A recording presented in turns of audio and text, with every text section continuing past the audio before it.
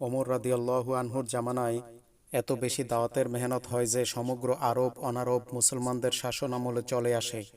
ইসলামের সুশীতল বাতাস বইতে থাকে। মুসলিম বিশ্বের এক স্বর্ণালী যুগের সূচনা হয়। এশিয়ার বিভিন্ন দেশ, ইউরোপ, আফ্রিকা ইসলামের পতাকায় চলে আসে। এমনকি সমুদ্রের মাঝের ছোট ছোট দ্বীপগুলোতে কালিমার পতাকা উঠতে থাকে। বলা হয় অর্ধ পৃথিবীর খলিফা ছিলেন হযরত ওমর ফারুক রাদিয়াল্লাহু আনহু। কুফর গুমরাহি মূর্খতা দূর করে হেদায়েত কল্যাণ কামিয়াবির এক প্রদীপ মানব জাতিকে উন্নতির এমন এক স্তরে পৌঁছে দেয় যা বর্ণনা করা অসম্ভব। শতাব্দীর পর শতাব্দী ইসলামী সভ্যতা জাঁকজমকের সাথে দুনিয়ার বুকে রাজত্ব করে, সকল বিরোধী শক্তিকে ধুলার সাথে নিশ্চিহ্ন করে। পৃথিবীর বুকে মুসলমানরাই ছিল ইজ্জত, সম্মান, শ্রেষ্ঠত্ব, প্রভাব প্রতিপত্তির উচ্চতর স্কেলে। Bukhara, Samarkand, Aleppo, Anatolia, Kashgar, Damascus থেকে জেরুজালেম, বাগদাদ থেকে কেনিয়া, এলেম আলেমদের ছিল এক স্বর্ণযুগ। সকল অমুসলিমরা মুসলমানদের ট্যাক্স কর, জিজিয়া কর দিয়ে বসবাস করত। স্পেনে গ্রানাডা আর কর্ডোবায় শৌর্য, বীর্য, আভিজাত্য, গাম্ভীর্য, শান শওকতের সীমাহীন এক বুনিয়াদী জৌলস ছিল পরিপূর্ণ। দেশ বিদেশ থেকে প্রতি বছর হাজার হাজার শিক্ষার্থী আসত দিন শিখতে, পদার্থবিদ্যা, রসায়নবিদ্যা শিখতে, চিকিৎসা শাস্ত্র, জ্যামিতি আর গণিত শিখতে।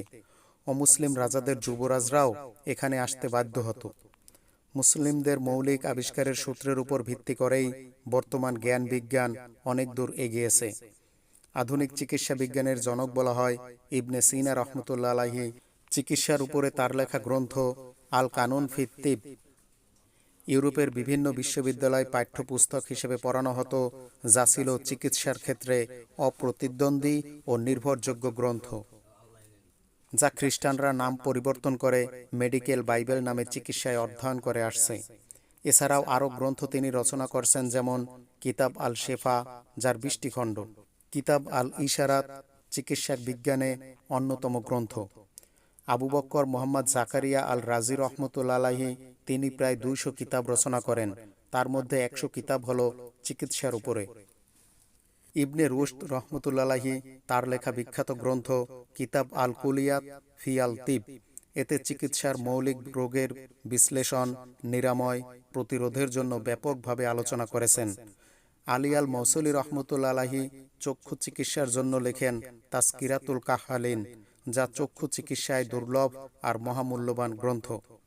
এছাড়াও আল বেরুনি, হাসান ইবনে হাইসাম, আলী ইবনে রাব্বান, সিনান বিন সাবিত, সাবিত ইবনে কুরা রহমতুল্লাহ আলাইহি চিকিৎসা বিজ্ঞানে অবিস্মরণীয় নাম।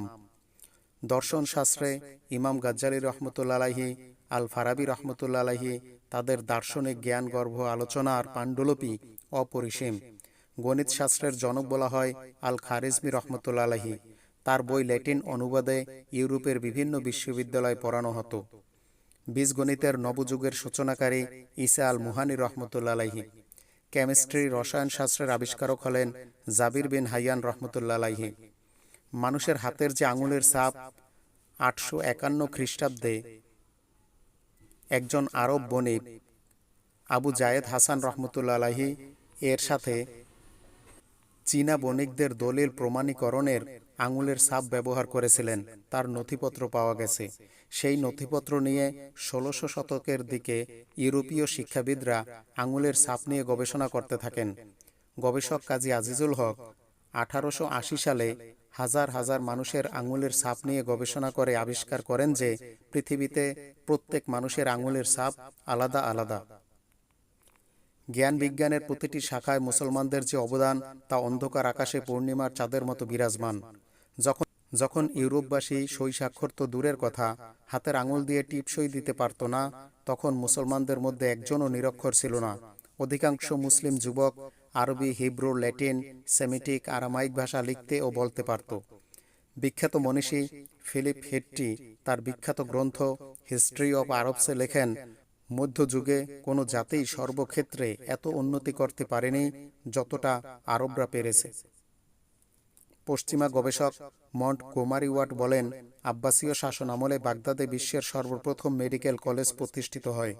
কায়রোতে একটি হাসপাতাল হয় যেখানে 8,000 নারী পুরুষদের পৃথক পৃথক সেবা দেয়া হতো। কোনো খারাপ শিক্ষা ইসলামে নাই। ভূত পেতনির পূজা, শয়তানের আরাধনা, জাদুবিদ্যা, তন্ত্রমন্ত্র এগুলো ইসলামে হারাম। সুবহানাল্লাহ। আল্লাহ আমাদের ইসলামের সঠিক জ্ঞান লাভ করার তৌফিক দান করুন। আমিন।